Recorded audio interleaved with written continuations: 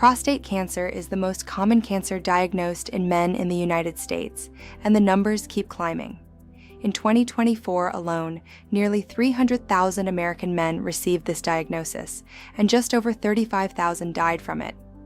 Globally, almost 1.5 million men were diagnosed in 2022, and researchers project that figure will nearly double to 2.9 million by 2040. Despite those numbers, most men know very little about how this disease actually works, why some cases stay harmless while others turn lethal, and what medicine can now do to fight it. This video covers all of that. The prostate is a small walnut-shaped gland that sits just below the bladder and surrounds the upper portion of the urethra. Its main job is to produce fluid that nourishes and transports sperm. Most men never think about it until something goes wrong. Cancer in the prostate begins the same way it begins anywhere in the body. Normal cells follow a strict cycle of growth, division, and programmed death. Occasionally, genetic mutations disrupt that cycle. The cell stops responding to the signals that tell it to stop dividing, and it begins replicating uncontrollably. Over time, these abnormal cells pile up inside the prostate, forming a small cluster of tissue that does not belong there.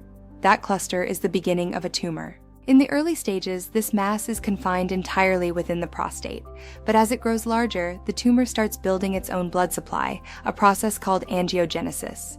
New blood vessels form around the tumor to deliver the oxygen and nutrients it needs to keep expanding. Those same vessels create a direct pathway for cancer cells to escape into the bloodstream. Some of those cells detach, circulate through the body, and eventually settle in distant tissue where they start forming secondary tumors. Nearby lymph nodes are typically the first destination. From there, the disease can reach the bones, lungs, and liver. As the tumor expands within the prostate, it begins pressing on the urethra, which runs directly through the gland. That compression produces the urinary symptoms that many men first notice. Starting urination becomes difficult even when the urge is strong.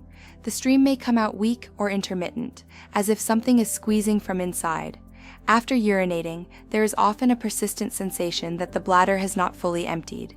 These symptoms can easily be mistaken for benign prostate enlargement, which is common in older men and has nothing to do with cancer. That similarity is one reason why so many cases go undetected until screening catches them. Approximately 90% of prostate cancers are found through screening rather than through symptoms.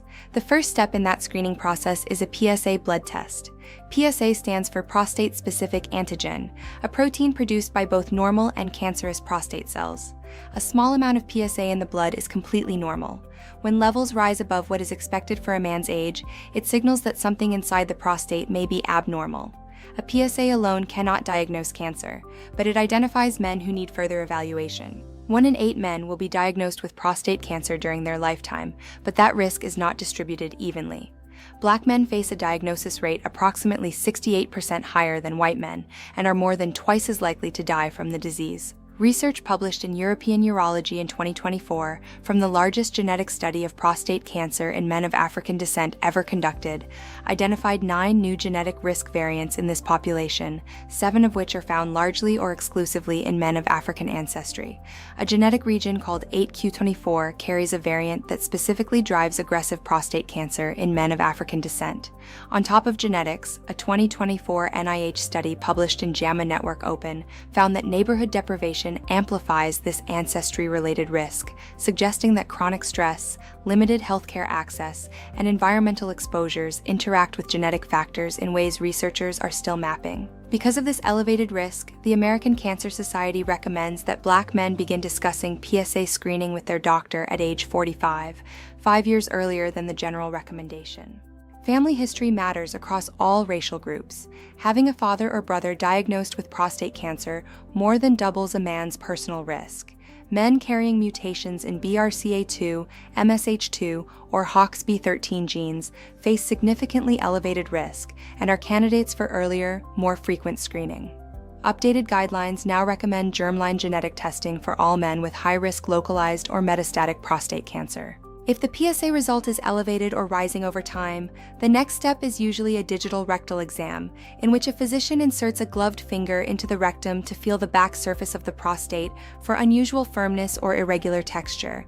An elevated PSA and an abnormal exam together raise the probability of cancer, but neither confirms it. Confirmation requires a biopsy. During a prostate biopsy, a thin needle is guided into the gland to extract small tissue samples from different regions.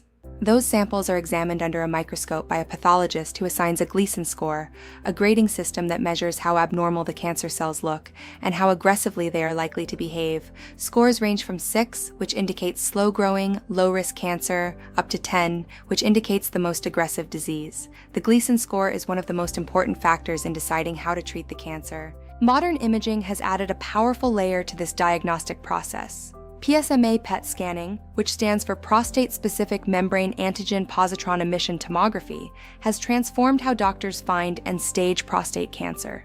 PSMA is a protein that appears in large quantities on the surface of prostate cancer cells. A radioactive tracer injected into the bloodstream binds to this protein and lights up on the PET scan wherever cancer cells have spread.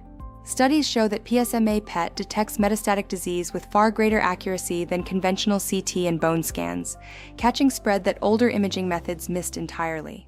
MRI of the prostate gland is also now used before biopsy to guide the needle more precisely to suspicious areas, reducing both false negatives and unnecessary tissue sampling. If you are finding this video useful, consider subscribing and hitting the like button. It helps this channel reach more people who need this information. Once cancer is confirmed and staged, treatment decisions depend on how aggressive the cancer is and how far it has spread.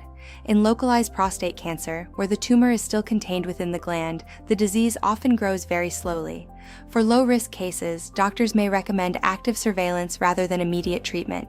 This means regular PSA tests, periodic MRI scans, and repeat biopsies on a defined schedule to monitor whether the cancer is changing.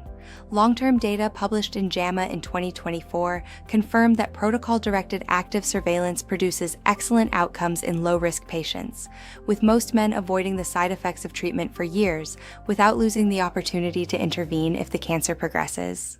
For intermediate and high-risk localized cancer, or for any case where surveillance shows progression, treatment is needed. Surgery to remove the entire prostate gland, a procedure called radical prostatectomy, remains one of the most common options. When the cancer is still fully confined to the gland, surgery can be curative. Radiation therapy, delivered either externally or through radioactive seeds implanted directly into the prostate, offers an alternative with comparable outcomes for many patients. When cancer cells have spread beyond the prostate to lymph nodes or other organs, the disease becomes metastatic, and surgery alone cannot address it. At this stage, treatment shifts to systemic therapy. Prostate cancer cells rely on testosterone as fuel for growth, and androgen deprivation therapy works by cutting off that supply. Drugs that block the body from producing testosterone, or that block the cancer cells from using it, cause most tumors to shrink significantly. Hormone therapy works well for a period, but the cancer frequently adapts. Over time, it learns to grow without testosterone, a state called castration-resistant prostate cancer. When hormone therapy stops controlling the disease, treatment must shift again. Until recently, options at this stage were limited. The past several years have brought a significant expansion of what is available. Lutetium-177 PSMA therapy, sold under the brand name Pluvicto, is one of the most important advances in late-stage prostate cancer in over a decade. It works by attaching a radioactive molecule directly to PSMA on the surface of cancer cells and delivering targeted radiation from the inside out. Trials have shown that it extends survival in men with PSMA-positive metastatic castration-resistant prostate cancer even after other therapies have failed. Research published in late 2024 and early 2025 is now exploring whether using Pluvicto earlier in the treatment course, before chemotherapy, produces even better outcomes. Combination therapies are also producing results that neither drug achieves alone. A 2024 trial, the TALAPRO-2 study, found that combining the hormone-blocking drug enzalutamide with the PARP inhibitor talazoparib produced higher overall survival than enzalutamide on its own. PARP inhibitors work by exploiting defects in the cancer cell's DNA repair machinery, particularly in tumors carrying BRCA1, BRCA2, or PALB2 mutations. Researchers at the Institute of Cancer Research in London have also identified which patients are most likely to respond to olaparib, another PARP inhibitor, based on specific mutation profiles, which allows doctors to select the right patients for these drugs rather than applying them broadly. Artificial intelligence is entering the diagnostic process as well. AI-powered risk calculators now incorporate PSA levels, imaging findings, genetic markers, and polygenic risk scores to give a more precise estimate of an individual's cancer risk and guide decisions about when and how often to screen. A polygenic risk score study published in the New England Journal of Medicine in 2025 found that these genetic scores meaningfully improved the ability to identify men at elevated risk beyond what PSA testing alone can detect. Survival outcomes depend heavily on how far the disease has spread at diagnosis. For localized or regional prostate cancer, the 5-year survival rate is essentially 100%. For men diagnosed after the cancer has already spread to distant organs, that figure drops to 36.6%. For castration-resistant metastatic disease, median survival currently ranges from 13 to 23 months, though newer combination regimens are pushing those numbers upward in ongoing trials. The trajectory of this disease, from a cluster of abnormal cells inside a gland to a systemic illness that requires targeted radioligand therapy, reflects both how dangerous prostate cancer can become and how much medicine has learned about fighting it. Early detection through PSA screening remains the single most effective tool for catching the disease before it spreads, and for the men at elevated risk, starting that conversation with a doctor earlier rather than later makes a measurable difference. If this video gave you a clearer picture of how prostate cancer works and how it is treated, please give it a like and subscribe so you do not miss the next one. Understanding your health is the first step toward protecting it. Click this video to find out more.